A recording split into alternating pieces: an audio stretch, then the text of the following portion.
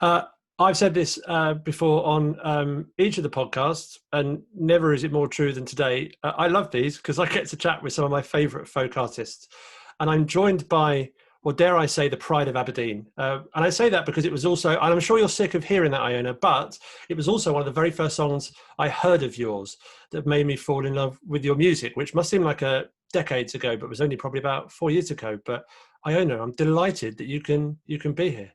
Oh, thank you so much for having me. I've been seeing online. I'm like, yeah, absolutely. Sounds great. Cool So, podcast. So how cool. many times have you been introduced as the Pride of Aberdeen? Actually, not that many, which is quite Okay. funny. Um, I felt like I was being a bit predictable then. No. I think it's because when I released that first little EP, I really hadn't toured that much. So like a lot of the like singing festivals and sing-arounds and kind of communities of practice didn't actually kind of listen to that EP or like know it existed, because I didn't really market it as much as like the things that have came before. So I think that like it was released, but no one really listened to it, so they don't actually. I feel like people haven't really heard that, which is totally fine by me because it's. I mean, when I listen to it now, I'm like, that sounds so juvenile on it. And Which bits? What, the lyrics or your voice or what? Certainly not the lyrics, because those are ballads and they're timeless songs like Kieran Them Out and all that.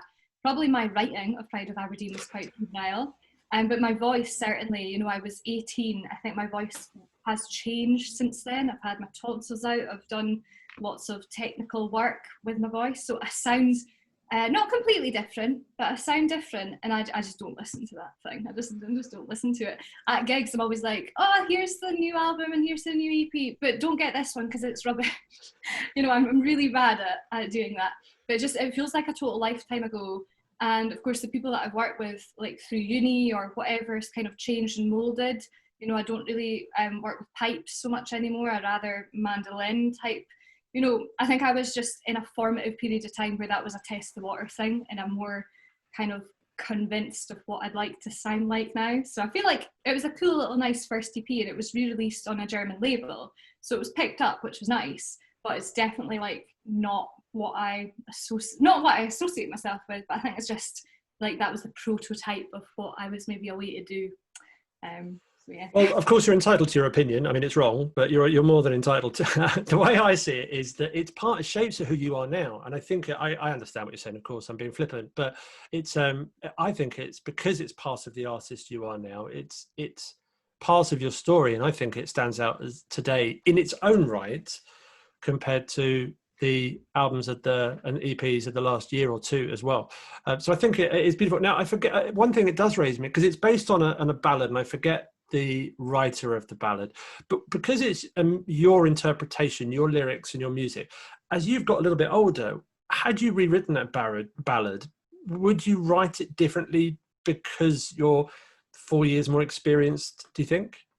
I'm not quite sure, because I think it was from Ord's Bothy Songs and Ballads, which is a collection of Bothy songs and ballads, and I think it was called Ellen of Aberdeen, and I think I just stuck to it because it had like a voice and place.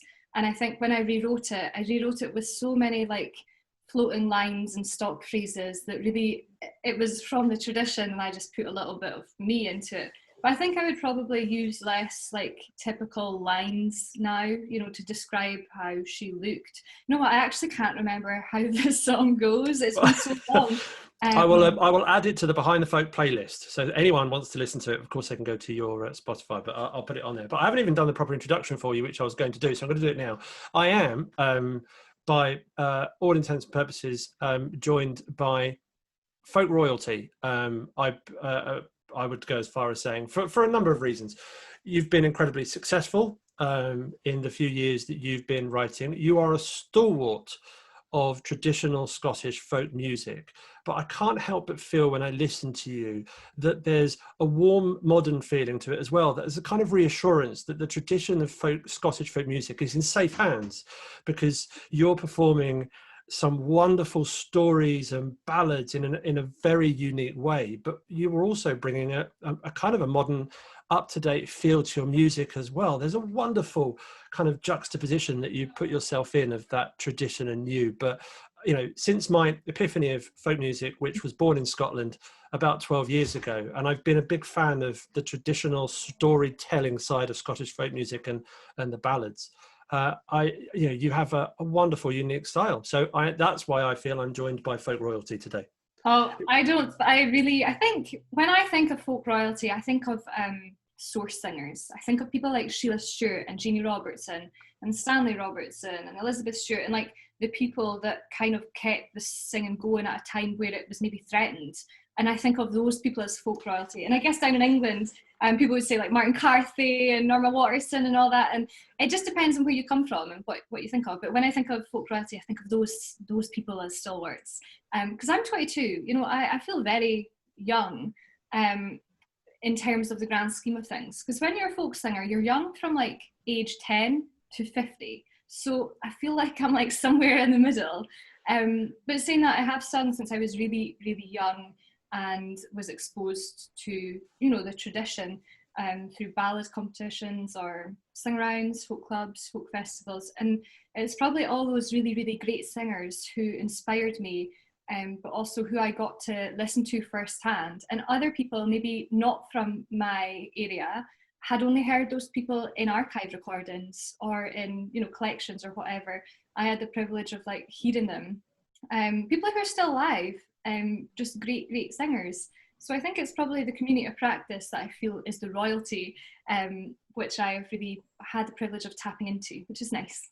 Well, like a royal family, the mantle needs to be carried on. So that's where that's certainly where I see you. And I think you mentioned about them being so prevalent because they were writing and recording at a time when folk music was under threat. And how do you see folk music now then, if it was under threat then? Well, I think it was in terms of the archive music that I'm listening to, it was at a time where the Northeast in particular was being not discovered and not rediscovered, but was being highlighted as like one of the hotbeds of traditional balladry. So we had collectors coming over from America, like Goldstein and Lomax and James Madison Carpenter. And we also had collectors from the region. So it was when like they were discovering these folk singers and thinking we need to archive this quick because they understood the cultural significance. So that's quite different as to what I feel like it is now. Like if it wasn't for some of those collectors, then a lot of those singers would have never been found or archived, and then I wouldn't be able to sing those songs because those singers wouldn't be in the collections. But right now, I think folk music is quite different in the fact that it's certainly not under threat. And now folk music is not teetering on the mainstream because folk music was never necessarily in the mainstream. Years and years ago, after The Tonight Show was on TV, there was like a folk song a day. Jimmy McGregor and Robin Hall would do like a kind of song each night after the news, national news. It wasn't just in Scotland. So they were singing to like millions of people. And people thought they were like the first stars of folk music, even before like the Corries and all that. But for me, I probably listened to less commercial music. But folk music now is almost teetering in the mainstream in the fact that, a trad band called Bioga recorded with Ed Sheeran. I mean, there's more and more links going on there. I just saw like a video of some of the great bluegrass musicians on the same stage as Dolly Parton. Like there's more cohesiveness between different genres and people of different, backgrounds. And I'm not just talking like, oh, we're mainstream because we're collaborating with celebrities. It's not like that. It's more like folk music has maybe become a little bit more cool in the last wee while. When you look at some festivals, I mean, I don't like this big stompy, that's not my kind of music that I do. I'd rather it be like a sit down, listen to the storytelling, listen to the narrative, listen to what I'm saying. But there's some great bands that I would absolutely go and have a dance to and have like 8 gins listening to. Whereas I feel like maybe years and years ago, there wouldn't be that, not party aspect to it, but party aspect to it. So folk music's so healthy right now. And there's so many organisations that are working with each other to create opportunities for people to collaborate. A big issue with me is that I feel like a lot of Scots get to go to England and tour, but we don't necessarily have enough great English folk singers coming up here to tour. I'd love to see more of Sam Kelly touring in Scotland because I think his music is absolutely class. So I feel like there's a little bit of a divide, like we kind of get accepted down there a bit, but we don't book enough really great English folk singers and folk musicians up here. So I think that's, sorry, I'm going off on a tangent. That's really You can go off on a tangent as much as you like, but why do you think that is? I don't know. Okay. I would hate that it was about, you know, politics, or if it was about, you know, ingrained stigma. I hate that. I hate that that's a thing. We do get some English folk musicians like Pete Coe. He comes up to Scotland a lot. It gets really, really good. You know, the Wilson family, absolutely, you know, singing tradition typey things. Like there's a lot of singing festivals that just have everyone. Doesn't matter where you're from, everyone. In terms of the general touring circuit, I'd love to see more English folk musicians coming up. I mean, I was reading an article in the Living Tradition, and it was about a singer, a multi-instrumentalist and singer. She's great. She's called Georgia Lewis, and you know, she had all these accolades and awards and everything.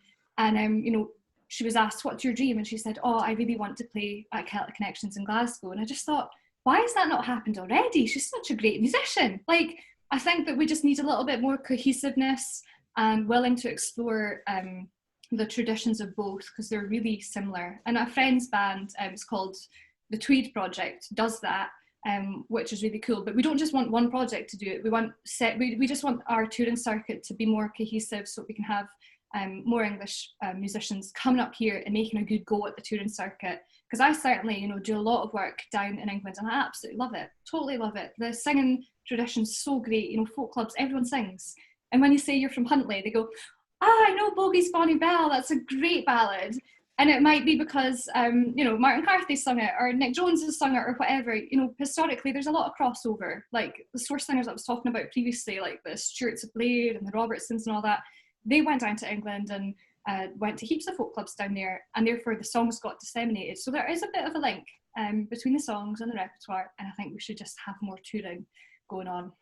It sounds great, and I'm with you, by the way. I'm a big fan of the ballads. I think that's what draws me to your music and sound as well. It's real storytelling music, but it's on my list one day to come to a ceilidh north of the border and have a true foot stomping folk party at some point too. That hasn't happened yet, but it's got to. Yeah, I mean, there's some great festivals that are just so up on your feet, and it's not like you're like typical ceilidh dancing. It's like, you know, bands like Nightworks and the Elephant Sessions. It's like they're not electronic. Well, they're mixing in different kind of things. You could go to, it wouldn't be out of place in a nightclub. You know, it's kind of cool. I like that. Times have changed. Right, we've got 10 questions to get to, and you're going to give us a couple of vocal performances too, which I'm really looking forward to. And we'll talk also about Baltic Street, which you released during the lockdown too. But firstly, how has lockdown been for you? It's been really strange. Like, I was supposed to be in Australia and Denmark and Sweden, Germany. I was supposed to be in America for the first time, apart from a showcase that I did. So there was all these like important opportunities lined up for this year. This is my first year not being a student. So this is quite an important juncture in my career, going from musician and student to just musician. And lockdown has pretty much put an end to all of that. And I really struggled with it at the beginning, because I was like, right, what now? Because I don't know, you know, being away from all the musicians that I collaborated with, I was like, what can I do myself? I feel like the past 2 years I became so reliant on other guitarists or musicians that I hadn't really picked up the piano for so long. So lockdown's been a bit of a learning curve, you know, editing videos and self-recording and self-taping and self-accompanying, because I really don't do that live. I don't play piano live because it's not comfortable. I'd rather just focus on the singing. I feel like piano's a bit of a fourth wall for me, because I'm always looking down, making sure I don't make a mistake. So lockdown has kind of forced me to do a little bit more. I started a Patreon, which was cool. I did some live streams, which is also cool. I've done some random bits and bobs, some writing, working voluntarily with a new Scots language campaign to get it, you know, get the language legally recognised in Parliament. So that's something that I wouldn't have done if I didn't have the time. Done lots of stuff. I was up filming for a new TV show a few days ago. It's going to go out next year, and they're talking about basically poetry and Scots song and Scottish stuff. So lots of opportunities in place of nothing. So it's nice.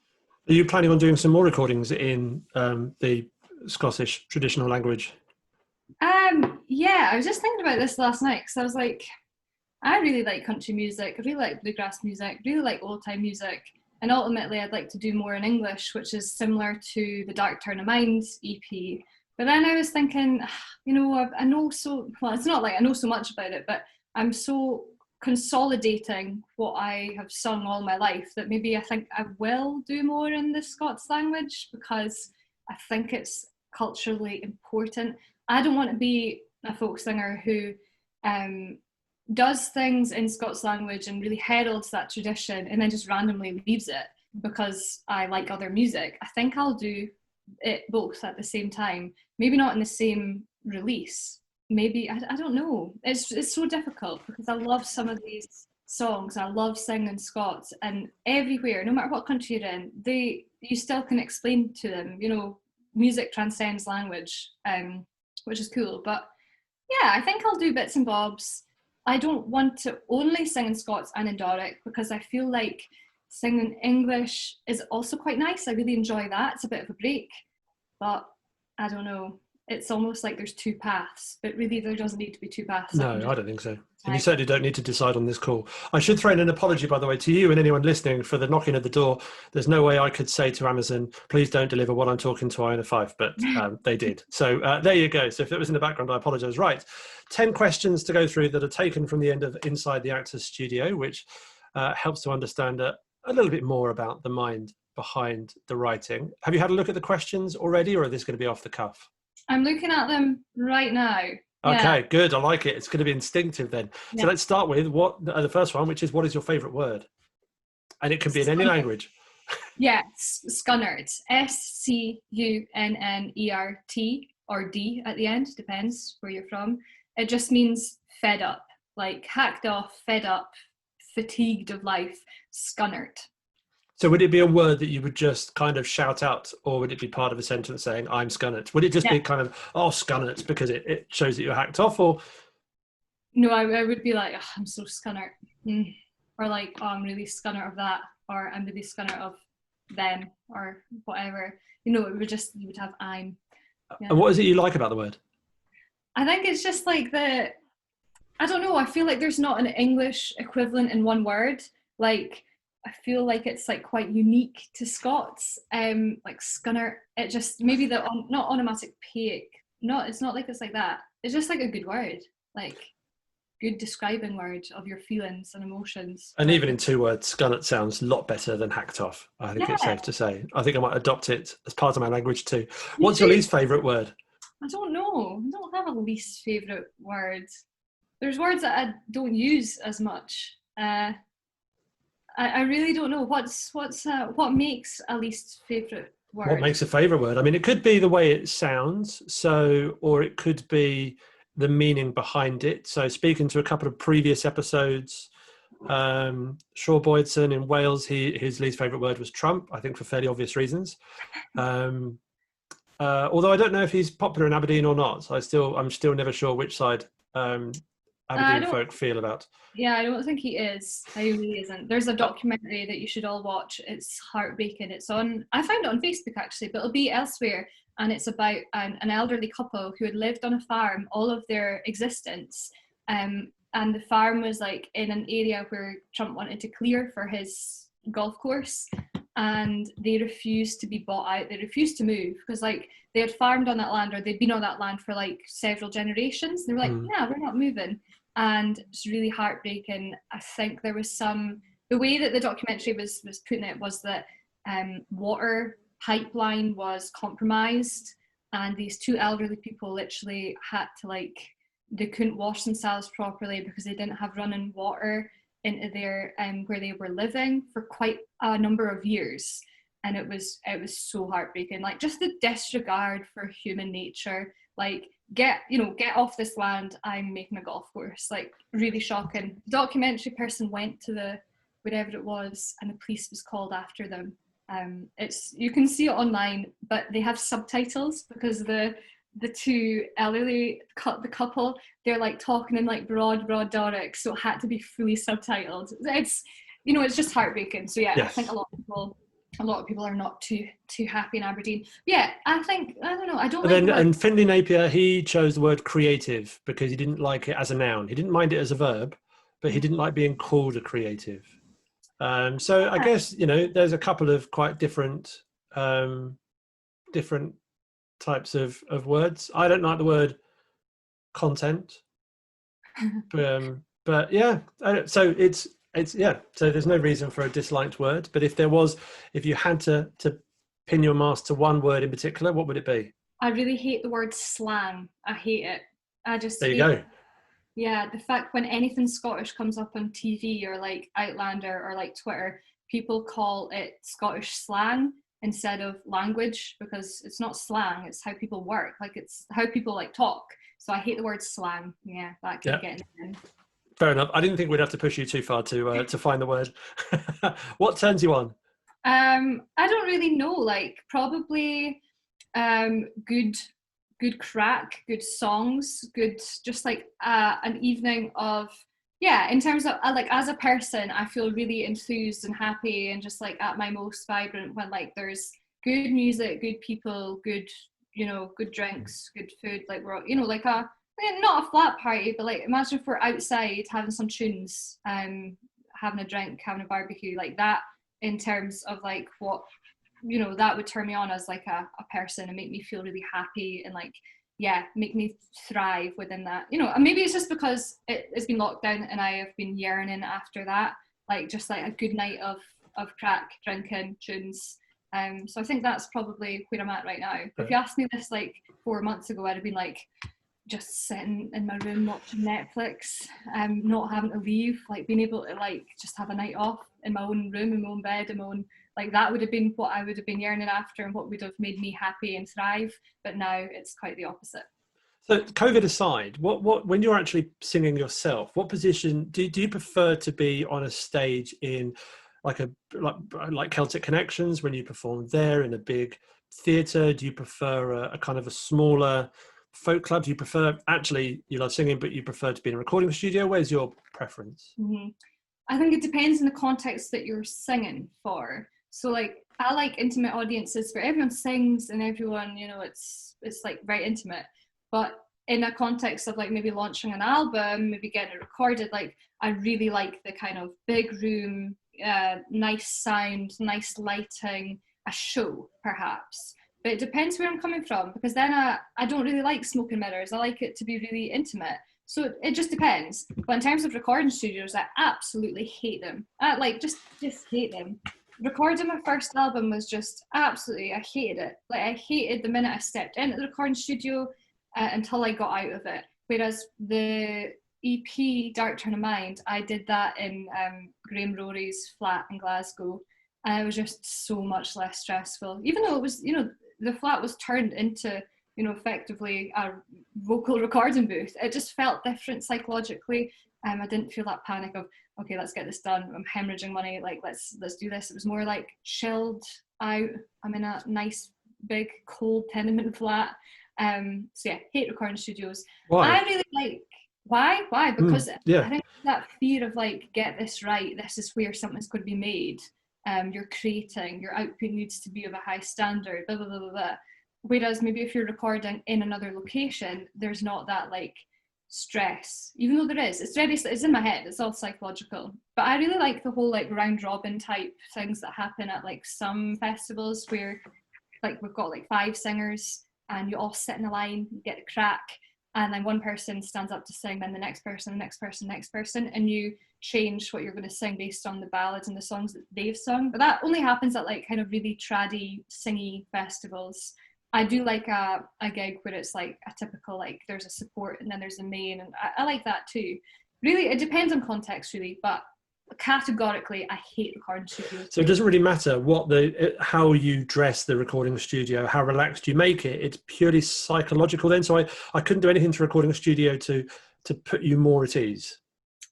I don't think so. I think it's just the whole psychological of, this is a recording studio and I'm entering this place. Doesn't matter what studio, because like I was recording a few different ones and I just get the same anxious feeling. Whereas if I just go, we went up to Graham's flat and it was just so much, sit and chill out and then get this done. It's more the recording studio, there's a time limit. You can't just be in it all day, and get things done. Whereas I guess like coming from it in like project manager mode, like if you're less stressed out about getting it done in a time and you've got maybe a little bit more leeway because it's in someone's makeshift flat and you're not like stressed about like, I need to get this done because I can't afford another like 3 days in here. You know, you're probably going to sing better because you're less stressed and you're less constricted around your vocal anatomy. So yeah, I think it's just that. Whereas if I was like Taylor Swift and I could just record for like weeks on end in any great studio that I wanted because, you know, money, I'd probably be more like, yeah, this is fun. Cool, let's do it. Let's just hang out, have a coffee. Yeah. So it definitely comes from a place of being an independent musician as well and knowing that they're so expensive. And yeah. What turns you off? The folk police, probably. Yeah, certainly. I mean, growing up, I was always like exposed to like really traditional singing, and I got a grasp on it, understood that that's kind of what they were looking for in the ballad competitions, like the rawest form of singing. And as I was probably moved to Glasgow, went to the conservatoire, started working with instruments and music, I was so stressed about who I was pissing off or who I was upsetting or who was I upsetting? Why was I recording? It was for me. It wasn't for anyone else. I wasn't trying to like, you know, that's what I know now. But at the time, every decision, I was like, what will people think? What are they going to think? Not in a terms of marketing review way, in a terms of what's that tradition bearer going to think if they hear me singing this, if they hear me singing in this tone or with this instrument. But yeah, now I just don't really care. If you like it, you like it. If you don't, you don't. But I'm just going to make music that I like and I can defend. Because if I make music with other people, the folk police in mind, then I've not made the decisions on my own volition. Whereas now I can be like, right, I made it, I defended it, I've done this for me. If you don't like it, you don't like it.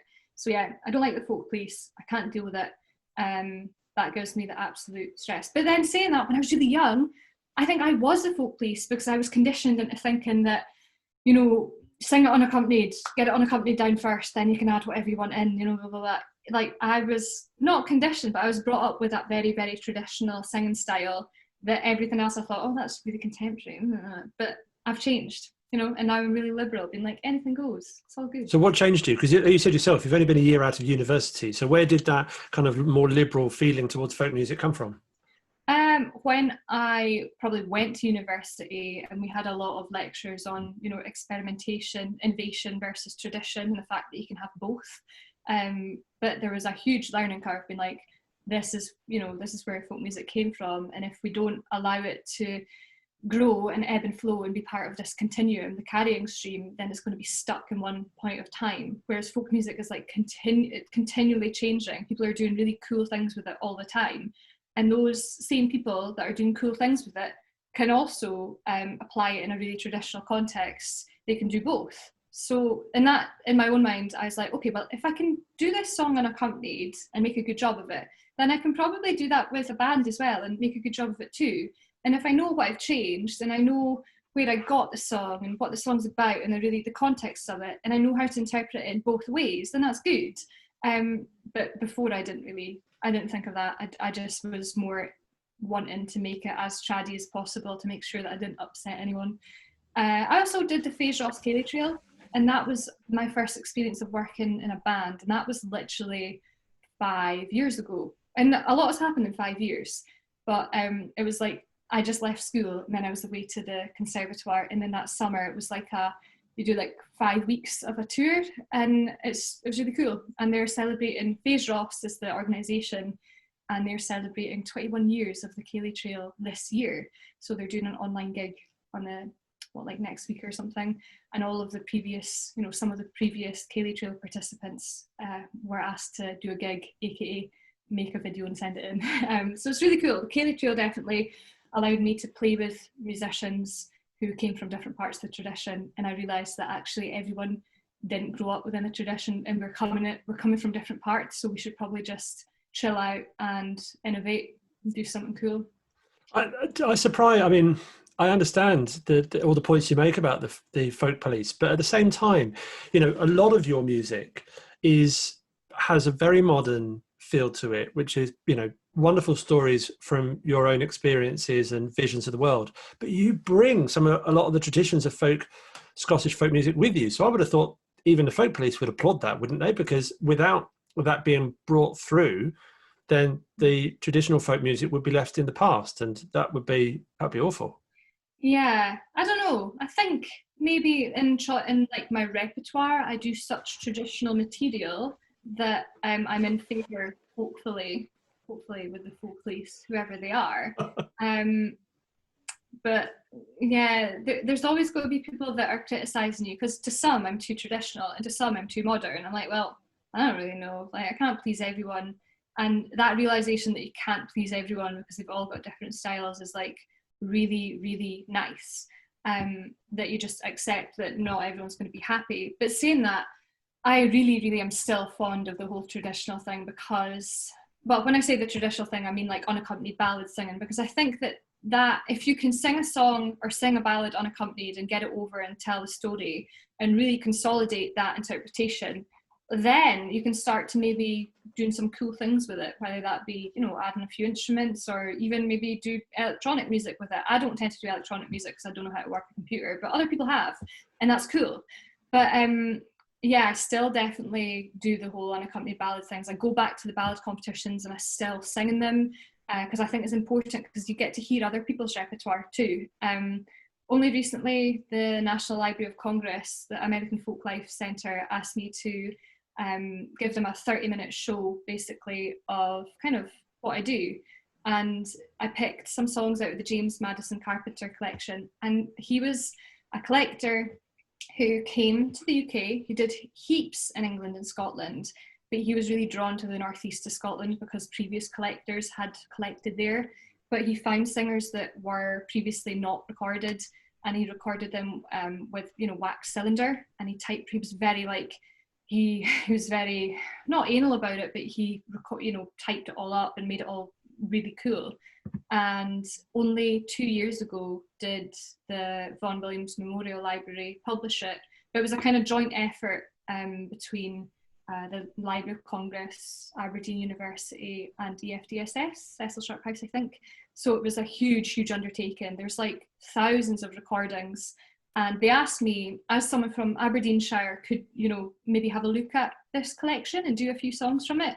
So it was just really nice that, you know, folklorists and ethnomusicologists of that calibre asked me to do that. And they wanted, you know, because the gig will be archived on the Library of Congress YouTube and the American Folklife website and all that. And that's a really nice thing, that, you know, people think that I'm culturally significant in that way to have it archived. So that really, really was nice. What an incredible honour, but only just goes to underpin the royalty comment I made before. We're going to hear an unaccompanied ballad from you shortly, but before I do, what is your favourite curse word? Curse word? Probably shite, because I feel like it's such a Scottish thing. Definitely been adopted amongst the English lexicon as well, I'd say. Yeah, I feel like actually one of my friends was involved in a TV show about Scots language and Scottish swearing, and like basically how, you know, it's literally on BBC iPlayer. It's very intriguing, and they were investigating the relationship between Scots and swearing, and it's really, really interesting. But I feel like we use swear words quite affectionately. You know, you might have really annoyed someone if they're going to use a swear word not affectionately, but I feel like a lot of Scots use it to describe someone with affection, which is very, very odd. And like in other traditions and cultures and countries, they don't quite get that when we're doing it. But yeah, certainly. I love the notion of someone calling me a fuckwit and doing it in an affectionate way. I don't know why it sounds it sounds very, yeah, I like it. Now I know when that happens, should it happen, that it's a term of endearment. Depends where you're at. Depends what country you're in. But yeah, no, I think that's a good one. But yeah, swearing in Scotland, it's been researched quite a lot.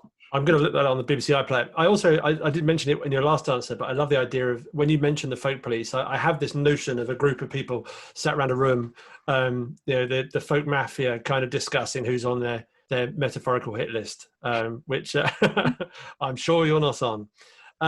So for the first time, we are going to have an unaccompanied ballad from you. Which is brilliant. I'm quite excited by this. So can you tell us a bit about which ballad you're going to sing, or which song you're going to sing, and why, or a bit about it? Yeah, okay. I think I'll do this one. This is called Captain Carr, or Eden of Gordon, and it is about.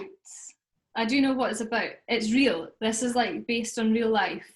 Adam Gordon, Eden Gordon, got like his second, sidekick to go and burn down the Corgarth Castle, Towie House. And it was like a clan thing in the northeast of Scotland. The Gordons pretty much just pillaged everywhere. Like they were the family in power, and they were quite like close knit with the royal court. And basically they go to siege Corgarth Castle, or House of Towie, and burn it down with heaps and heaps of people inside. So it's a bit brutal. But the reason is Eden Gordon was the guy that gave the orders, and then it was this guy Carr who went in and actually did the burning down. So a lot of versions call it Captain Carr because he was the actual person that did the burning. But it's quite sad. But even sadder that it's to do with real life, like it definitely happened, and you can go to the site of where it happened in Aberdeenshire. And it's one of those child ballads. And it was also recorded in Francis Gumer's English ballads. And his collection is not English ballads. Most of them are Scottish ballads, but I don't know who he was trying to please. But it's very difficult because a lot of these ballads books or these collections are incredibly misleading.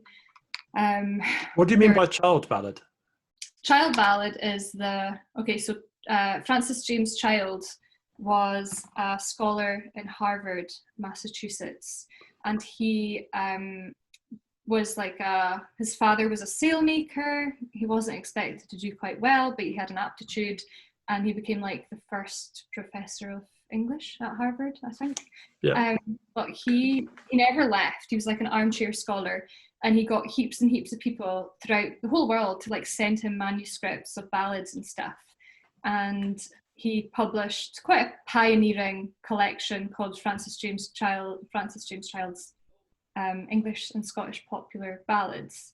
Now there was 305 of them, and 91 out of 305 was from Aberdeenshire alone. So in that region alone, 91 of them came. And his collection was like the exacting standards to which other folklore works was always like marked off of. He didn't really deal with tunes. He just had the text. So then there was another scholar called Bertrand H. Bronson who did the tune side later on. But this child guy, he never left. He just got everything sent to him. And I just think it's crazy how 91 of them alone was from one region of Scotland. That is extraordinary. That is extraordinary. Really crazy. So it consolidated Aberdeenshire as like being the ballad heartland of the English-speaking world. And several different scholars have kind of proved that. Not many scholars have managed to disprove that, although I'm sure they've tried. But that's kind of the crack. So growing up in Aberdeenshire is incredibly important to me. And I didn't quite realise it until I started getting into the academic side of these songs. That I realised how important it was to come from there. I just thought that everywhere was like that and that everywhere had as many ballads. But no. So I'll do Eden Gordon. I really hope I remember this. I haven't sung it in a while, but it's a good one. Thank you very much. Yeah. It fell about the Martinmas time, when the winds blew shrill and cold. Cried Eden o' Gordon to his men, we mun draw to some hold. Oh, it's hot, cried his merry men, what hot shall we gang to? It's to Towie's house that we mun ride to see the fair lady. She thought it was her reindeer lord that she saw riding hame. But it was the traitor Eden o' Gordon that had nae sin or shame. Come down, Lady Campbell, he said, gie up your house to me. Or else this nicht I swear I'll burn ye in your bairnies free. I winna gie up, the lady cried, for laird nor yet for loon, nor yet for any rank robber that comes frae Auchindoun. The lady frae the battlements to a bullet she let flee, but it missed its mark wi' Gordon, for it scarcely graced his knee. Lady Campbell, the Gordon cried, that shot will cost you dear, and he has caught his ain jock to bring the faggots near. I winna gie up you false Gordon, I winna gie up to thee, I winna forsake my ain dear Lord, that is sae far frae me. Then up in spak her youngest son sat on the nearest knee. Oh, open the door aye, and let me out, for the reek is choking me. I would gie up my guard, she cried, my cellar and my fee. For at the last o' the whistling wind, to blow this reek frae me. Then up in spak her daughter dear, she was baith jimp and small. Oh, row me in the pair of sheets, and throw me o'er the wall. They rowed her in the pair of sheets, and threw her o'er the wall. But on the pint o' the Gordon sword, she got a deadly fall. Then Gordon turned her and oh, her face was white. I might hae spared that bonny face to be some man's delight. Oh, pity on yon fair castle that was bigot wi' stane and lime, and wait for Lady Campbell herself burn through your bairnies nine. Oh, 30 o' them were merry twice, and 3 o' them were bairns, and 3 o' them were little maidens that near lay in young men's arms. Yeah, Eden of Gordon. That is why I love Scottish folk music. It's a story in just the way that the Scottish ancestors have wrote the ballads and wrote those stories down and sung in such a purely kind of pure fashion and a wonderful voice here in 2020. So thank you for that, Iona. That was truly wonderful. A few more questions to get through. Can I trouble you for another ballad before we draw a line under this at the end? Yeah, sure, of course. Yeah. Yes, right. Okay, a few more to get through them. What profession other than your own would you like to attempt?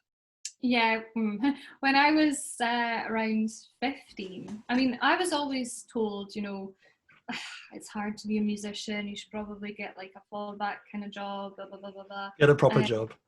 Yeah, and that was quite my own family.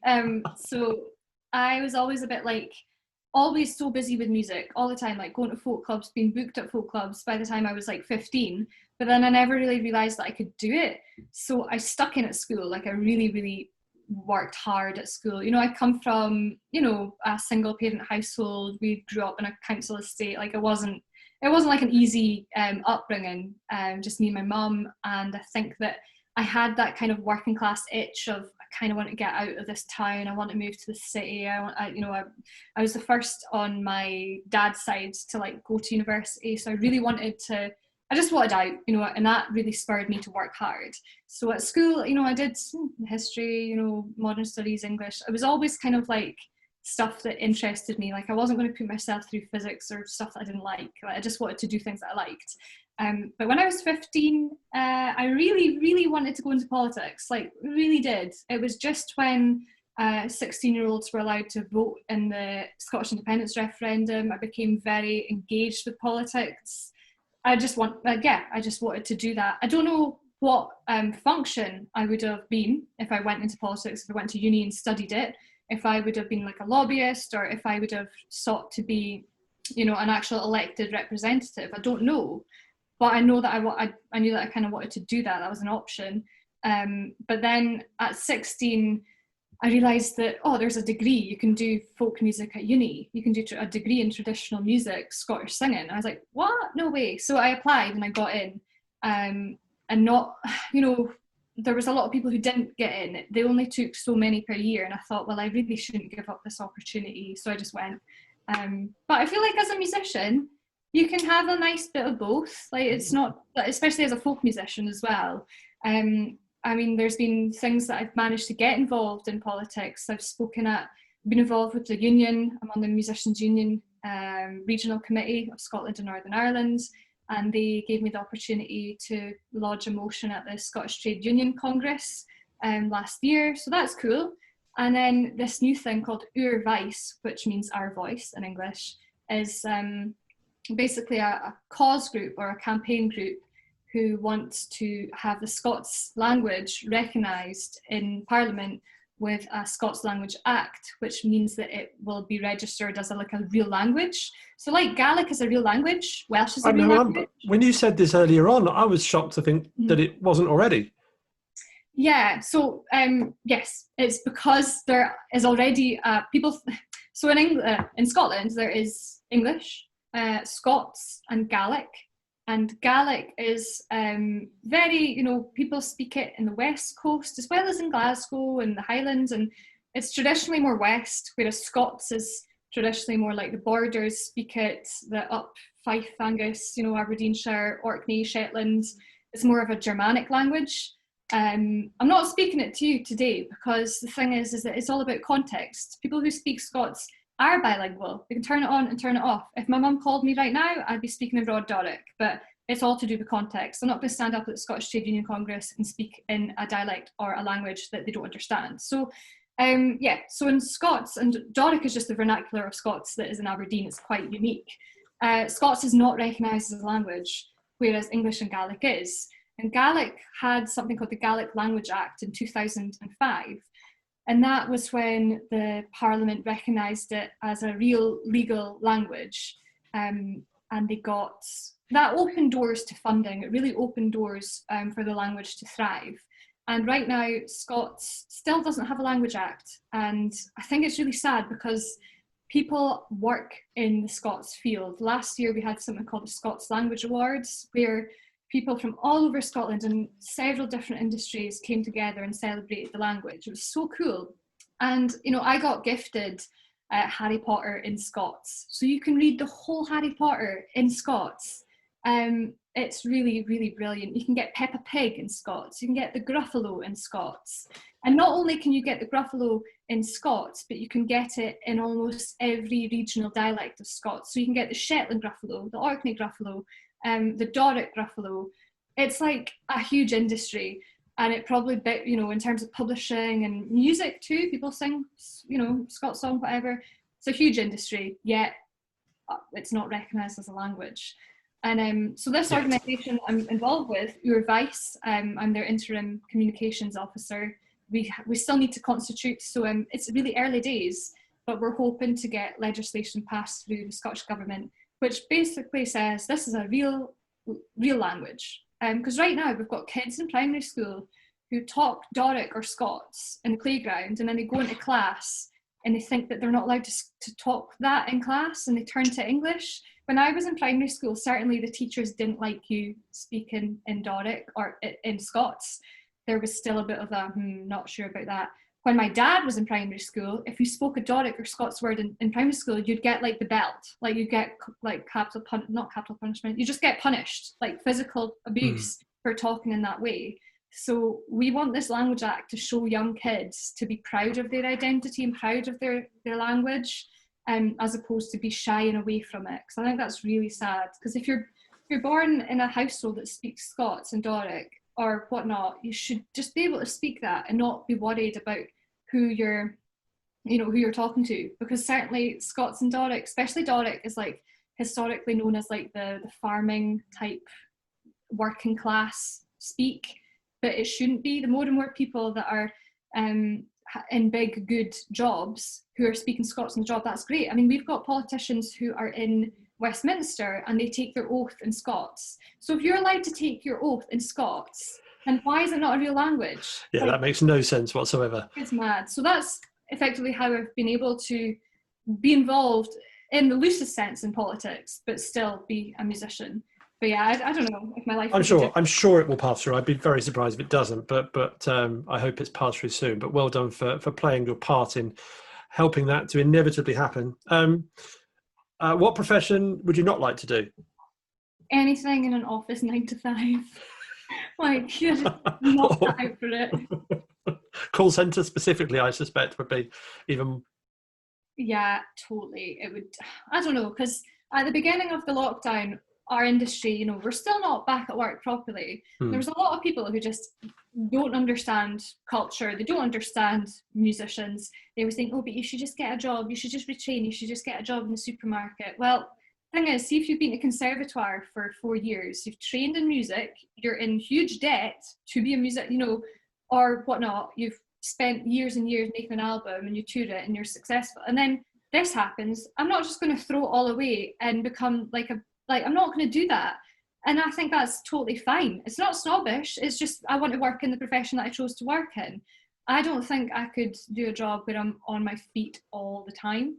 I think I'd die, but that's only because I had knee surgery and I don't, like, my bones are all, I'm bendy and things dislocate, so that wouldn't be good. But anything like in an office 9 to 5 would be my absolute head in, where I have to see the same people every day. I just, couldn't do it. Saying that, I think that I could probably work in like marketing or communications. Like, I think I could do that. Like, there's a lot of crossover between promoting your music and then maybe marketing a brand or marketing like a product. I definitely think that if everything goes to pot, then maybe I could work as like a social media, brandy, markety type human. Depends what for. Not and as for, long as you're not in the same office with the same people. No, I'd work from home. Like, not in the office. No, I would don't enjoy that. Like, I would like to work in like trad arts admin, you know, like culture admin, where you're organising things, you know, event management. Probably not. I don't know. Because this is my fear of years like the one we've had, and obviously we don't know specifically when it's going to end and what life will be like afterwards. But you know, I know for some artists, a lockdown environment gives people an opportunity to write, but for many artists, it stifles the creativity. Where do you sit on that? Because I fear that we're going to end up with less artists or you know, less new work the longer this goes on. And as a fan, that's quite worrying. As an artist, it must be more so. But does a lockdown hinder or help your creativity? It really depends on what you are, like who you are as an individual person. I know that I'm so unproductive when it comes to anything. Like, I really struggle to write. I don't know. I think the lockdown, it really depends. Like, there's been, who was it now? Rachel Newton recorded and released a whole new album during lockdown. Amazing. Terrific. Absolutely wonderful that she's used this time to create, you know, maybe she started it before, I don't know, but it's out and it sounds great. However, I'm not as together with my life as that. The start of lockdown, I was just in my bed for like 2 weeks, just just super depressed. And like, I think you should probably be honest about that. Like, there's no point being like, yes, I'm creative, I'm going to go sing a few songs, get a new album together, because that's not how it was. I'm still stressed about like work being cancelled and like finding how to live. I mean, the Musicians Union put out a statistic saying that at least 19% of musicians are thinking about leaving the sector altogether. Think about how much creative loss that's heartbreaking. Who, you know, imagine if one of those musicians went on to create an iconic album that would go down in history, but they don't because they've decided to leave because the government hasn't given us ample support. It's really scary. It depends on who you are as a person. I'm really not motivated or enthused to do anything. It's just been raining in Glasgow for the past 48 hours. I think to get perspective, I need to kind of travel a little bit more. But saying that, I sing mostly traditional stuff, so I can just look at the collections and like whatever, but I just don't feel enthused. In terms of like a business perspective, like, when am I going to be able to tour that album? Will it have as good of a launch if I'm launching it virtually from my home? You know, an album tour, at the end of creating a body of work, you really want to be able to tour it and take it to different countries and see how it goes. And, you know, I think that without that, I don't know if my thing if it would even have success, because so much of what I do is live performance. I'm really lucky that after uni, or even during uni, I really toured. That was my main income, was performance. I don't judge people that don't have that, because some people like to have some of their income from teaching, some from performance. whatnot, and they do lots of different things. They have more of a portfolio career. But for me, it was mostly performance and touring. So that was. So, I mean, I know that charities like the Music Venue Trust have worked hard to get government to hand money down to many of the grassroots music venues. But as an artist, what would you like the government to do to help you? Well, I think that the money the package that was announced a few weeks ago, I'm not quite sure how far that will trickle down. If it'll trickle down to like individual creatives. I use that word because I actually like that word. Take it up with Finley. However, it might help the venues. That's cool. But when they described it in a press release as helping the crown jewels, I thought, great. So the Royal Albert Hall will get something. The big theatres will get something. But what about the small grassroots venue? But because it has been devolved, which is good, it means that Scottish Government can decide what it does with it, which is terrific. And Culture Secretary Fiona Hislop announced that it would be going to grassroots venues. So that's great. I have full confidence in the Scottish Government that it will help people. And they already, Creative Scotland had like a bridging bursary thing where individuals could apply, and that was rolled out March, maybe April at the latest. Really good, really quick response from Creative Scotland. And then I think that was emulated in the other arts councils. But I got more from Creative Scotland than I have from the UK government since lockdown began. So I don't know. It depends, because you don't want it just to go to like the big players. You want it to go to the small places too. But yeah, I think it's that's fair enough. I mean, I have absolute faith in the UK government to completely ignore the grassroots music venues. Yeah. So I'm sure they won't let me down in that one. Right, a couple of questions I've missed from this list. So we're going to have to do 2 questions and a quick fire answer, if I may. What sound or noise do you love? Okay. This isn't quick. I'm so sorry. Myself, Ada Moody and Charlie Gray tour a lot together in the car, and we're always like listening to podcasts or like viral YouTube videos.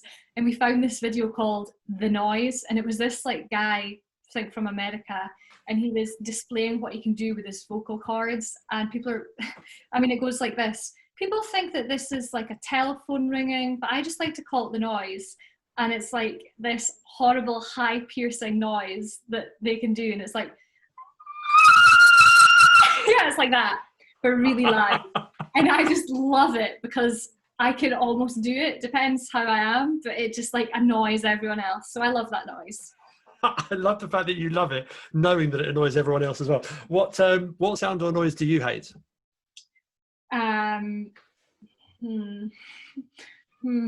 Some music.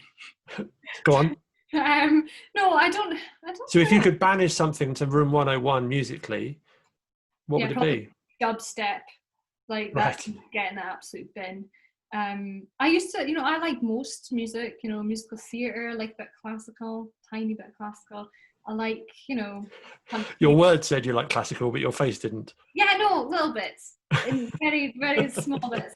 I like country, I like most things, punk, pop punk, classic rock, bit of metal, but dubstep can absolutely unequivocally get in the bin. That I don't like the noise. Look, fair enough. Which leaves us with our final question before we have a second performance from you. If heaven exists, what would you like to hear God say when you arrive at the pearly gates? That was a good ballad. You can come in. Oh, so have you got to stand there and perform before the gates are opened? Yeah, something like like Halloween when you go and do your party trick, and then they give you sweets, and then that's it. Something like that. Like if you can do a good version of Tamlin, you're into heaven. Okay, there you go. You just better hope God isn't part of the folk police then. Yeah. Oh. Who knows? A second ballad from you, if we will, please. What are you going to go for this time? Yeah. I think because this is at the top of my head. I was meaning to say the last ballad really has a bit of brutality towards women in it, and that seems to be a huge theme in the Scottish ballad canon. Is that a lot of women are. There's some ballads where women are heroes in it, and they're like the yes power, but a lot of the ballads they're kind of the the person who's being, you know, cheated on or killed, or, you know, it's really, brutality towards women is really prevalent in ballads. Is that because ballads were traditionally, and I'm not saying they're wrong, this question may well come out wrong and I don't mean it to, but because women were telling the stories more than men, so they wanted these stories to be told, or is it, you know, also just a sign of the times as well? I think it's certainly a sign of I'm the trying to time. find, I mean, it sounds like I'm trying to find an excuse for it. I'm not. I'm generally trying to understand the root of it. No, well, this particular ballad was like the most recorded ballad by female source singers in the 20th century because it shared the message of the abuse that this woman had. So this ballad is called Andra Lamy, or Mill of Tifty's Annie, and it's been sung by lots and lots of source singers in Aberdeenshire, like Janie Robertson and Lizzie Higgins and Belle Duncan, and it's been collected, you know, several times. But the fact that it's the most popular sung ballad by 20th century source singers just proves the importance of the message and the fact that it was a true story that you can pinpoint back to dates. So this woman called Agnes Smith, she grew up in Fyfe. Her father was like the mill worker, and she fell in love with Andrew Lamy. I mean, Martin Simpson's done a great recording of this ballad, absolutely wonderful. But she falls in love with the wrong guy, and her family lock her in a room and beat her to death. And it's like an honor killing almost. But that was it was like 1673, in January 1673. And, you know, fast forward to the 20th century, and lots of source singers, traveller singers, whose songs have been handed down by generation, are still singing it because they stand in solidarity with the woman. And even now, I mean, I sing it because I think it's a really great message to still continue to sing. I feel like ballads are a little bit different because some of them are so old. I feel like it's almost, some of them function as a warning, some of them function as like to raise awareness of a message. I wouldn't say like they're outwardly protest songs, but there may be a type of protest song, because this song certainly protests the fact that this woman has been killed because she fell in love with the wrong guy. But we hear this story all the time in folk song, but we don't necessarily get to pinpoint it to the true people who lived all the time. So I think that's why this one's so popular. It's been sung by a lot of people, a lot of great versions. So it's called Mill of Tifty's Annie, and I think you age 5 years every time you listen to this. So I certainly age 5 years every time I sing it. So I'll try and make it short. At Mill o' Tifty there bade a man in the neighbourhood of Fyfe. He had a bonny daughter fair, and her name was Bonny Annie. Her skin was like the springing blue that greets the rosy morning, and her innocence and graceful mien, her beauteous face adorning. Lord Fyfe had a trumpeter, his name was Andra Lamy, and he hit the earth to win the heart. Oh, Mill Tifty's Annie. Lord Fyfe he rode by the door, far toward sweet Tifty's Annie, and his trumpeter wrote him a fore, and his name was Andra Lamy. Her mother cried her to the door, come here to me, my Annie. Did ye ever see sic a bonny loon than the trumpeter o' Fyfe? Nathan, she said, that science said, 'twas a lass for bonny Annie, for she durst not own that her heart was won by the trumpeter o' Fyfe. And the first time that this couple met, 'twas in the woods o' Fyfe, and his handsome face and his fluttering gun seen one heart o' Annie. But her father come to hear o' this, and a letter wrote to Fyfe to tell his daughter had been bewitched by his servant Andra Lamy. When Fyfe had the letter read, he called for Andra Lamy, Pray tell me, feathers ye think, say mellow taffy's a honey, and wicked airs I've played nae pair, nor thought the injured honey, for it's honest love that's on the hill.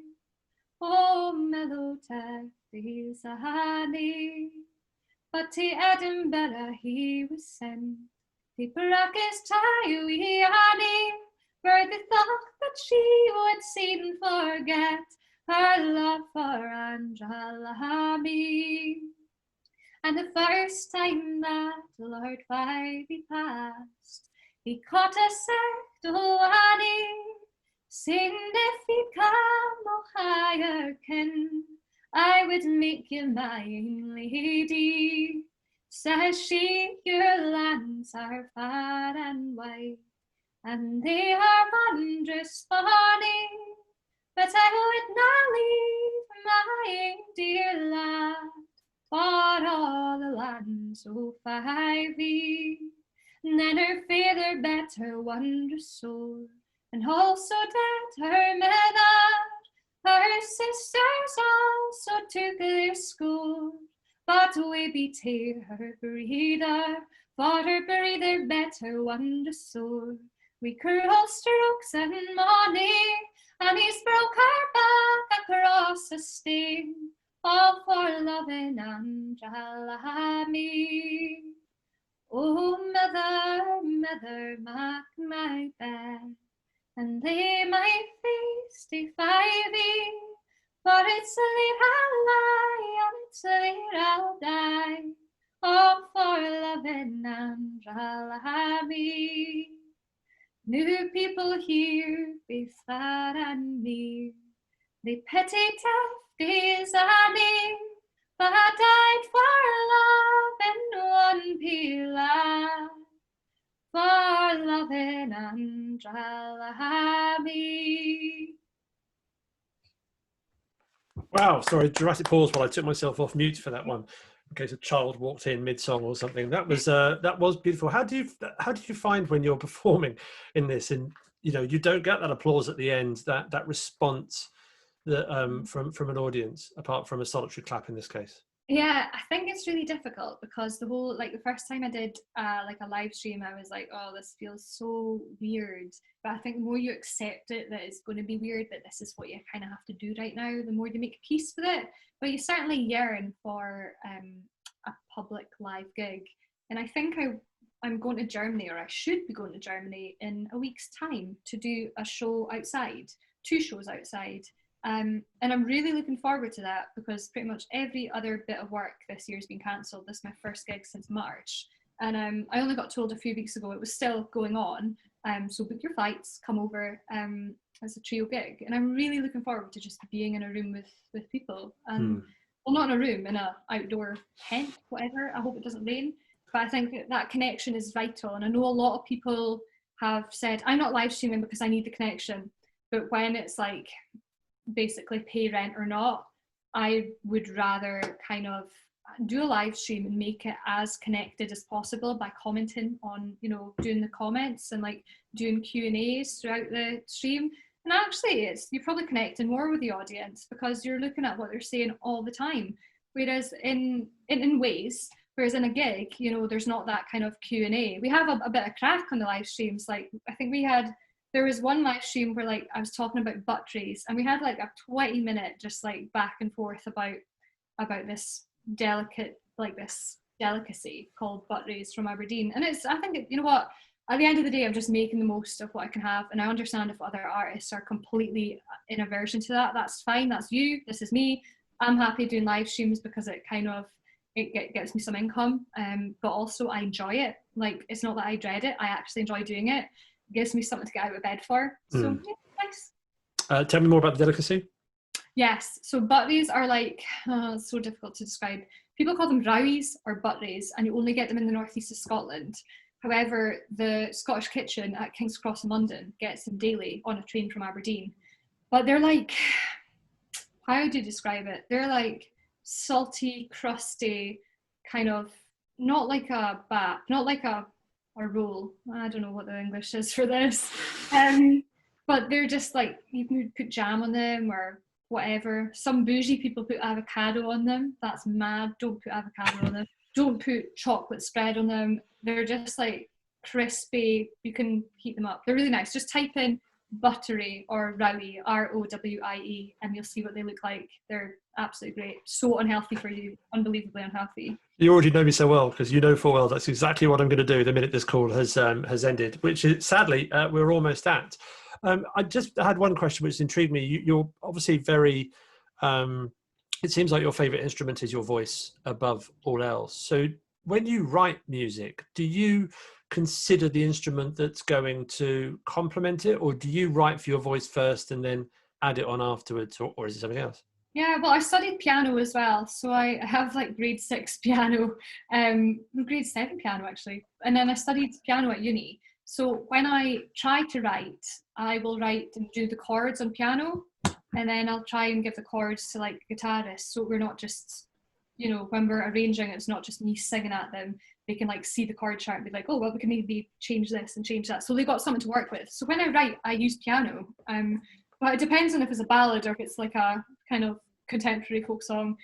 It really depends. But yeah, piano's great to play on. So I really, really enjoy it. Fair enough. Baltic Street's your most recent release that happened just before the lockdown. Is that because it was preceding a forthcoming album that we haven't yet listened to, or was that just a song that you had recorded and thought, now's a good time? Mm-hmm. Yeah, last year I recorded Bonnie Lass of Fyfe and Baltic Street at the same time, just so that I could release them in 2020, because I didn't tour for December, January and most of February because of knee surgery. So I thought, well, if I release some music, then, you know, I'm not doing nothing. So I released it and it was fine, but I was in the middle of flitting flats. I totally forgot that it was even coming out. So I didn't put it forward as much as I should have. But there's always that fear of, like, you know, a few years ago I got my tonsils out and I couldn't sing for a few months. Well, 1 and a bit months. I took on work that I shouldn't have and I really damaged my voice. But there's always that fear of like remaining relevant. But also I don't want to churn out stuff all the time. Like I want what I do to be meaningful.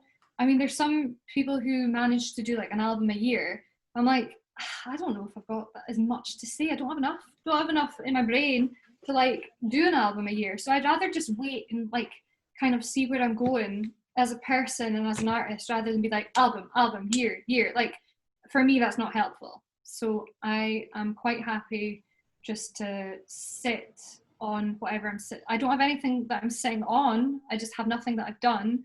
Apart from live streams. So I'm trying to write right now. Well, thank you. I mean, you've released quite a bit of material in the few years that you've been recording anyway. So hopefully it won't be too long before we hear some more from you. Anyone listening wants to find out a bit more about you, where should they go? Google. No, I'm joking. Yeah, of course. True. Probably my website, although I really don't update that enough. So like my Facebook, my Twitter, my Instagram, like I'm on those daily speaking rubbish. So yeah, probably social media. And your Patreon as well, of course. Yeah, and Patreon, which is well cool.